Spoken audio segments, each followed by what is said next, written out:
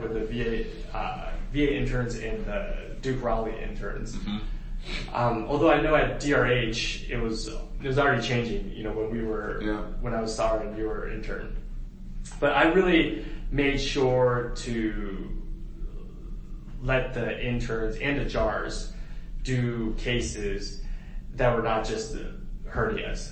I think hernias are great, and when I was an intern, you got to do hernias. Like those were your cases. But I wanted to make sure they were doing the lap appies, the lap choles, and opening up, doing X-laps with me and stuff like that. So, and the nice thing is when I was at the VA, I actually had the opportunity to take them through those types of cases, So for example, even when we were, let's say I was doing this big liver case, right? I would make sure to bring the intern in to open the belly with me, to do an X-lab with me, basically, and to explore, and then I would do some of the more complicated liver parts, but then we would close together, But I think that, in the simple right colons and stuff like that, I would try to do with the intern or the JAR, and things like that. And then at Duke Raleigh,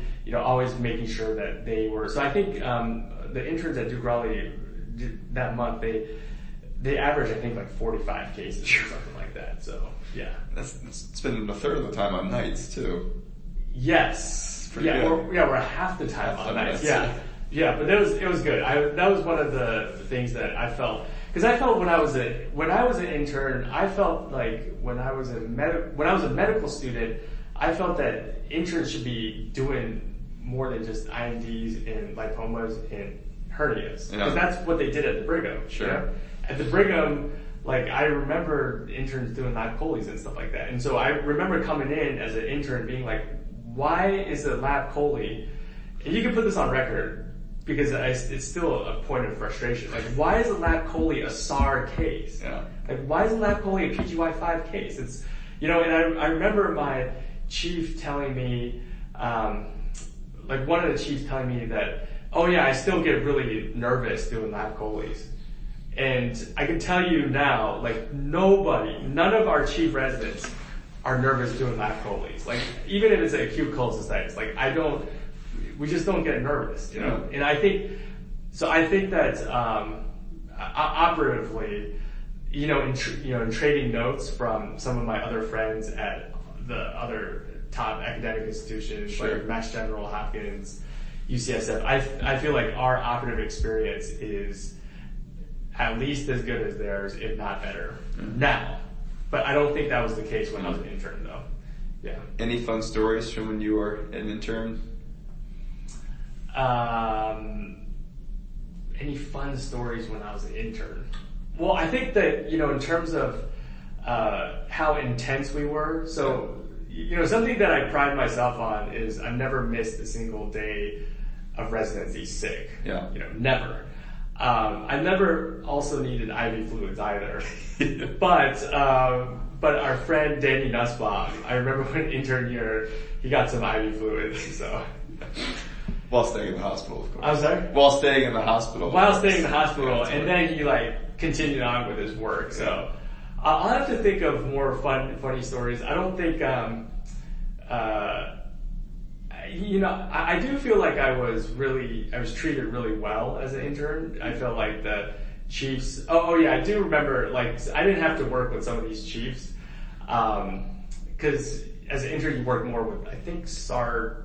Actually, I don't know. It just depends. But I remember one of the chief residents would always tell people that what they were doing was not appropriate.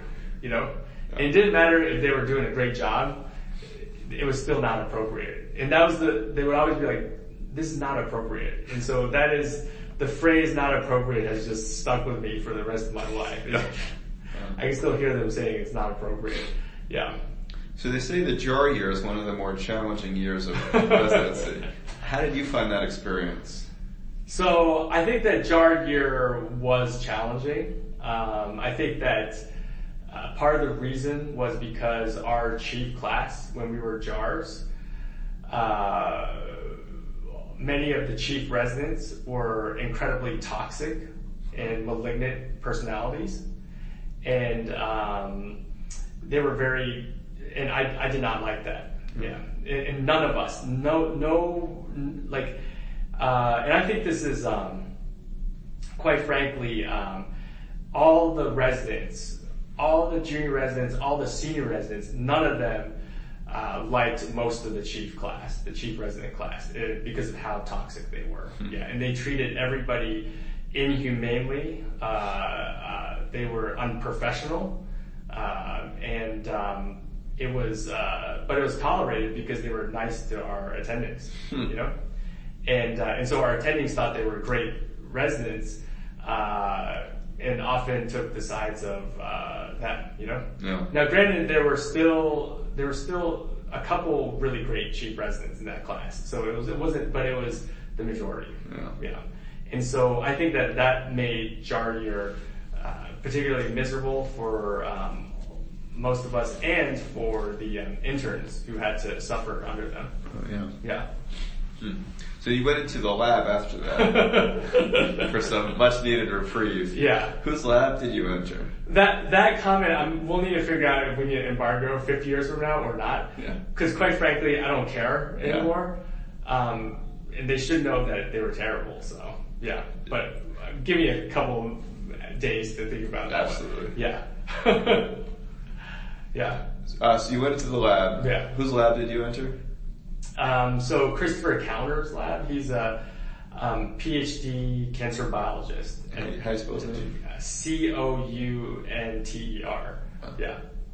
And so you've done not only incredible basic science work, but incredible outcomes work as well. How are you able to sort of meld two very different strains of research, both of which are incredibly time consuming, and be so productive in each arena? So I think that one of my role models was Nick Anderson. Mm-hmm. So Nick had told me he had done basic science in clinical research. And so I think that when you're at Duke, I forgot to mention another reason why I was really impressed by Duke was they gave you this pamphlet when I was interviewing. And the pamphlet showed that showed all of these publications of all the chief residents, and it was easily the most productive group by far, nationally. Yeah, they were the average number of publications. So I kind of like something that's kind of funny was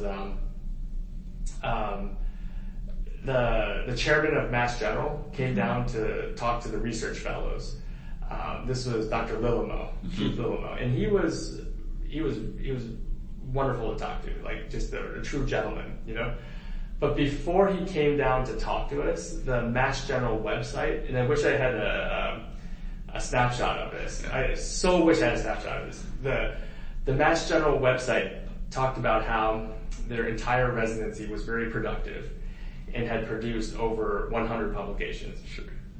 This is their entire residency of 50 people. Dr. Lillimo comes down to talk to the research fellows. And then probably a few weeks later or a few months later, that line about 100 publications at Mass General was deleted.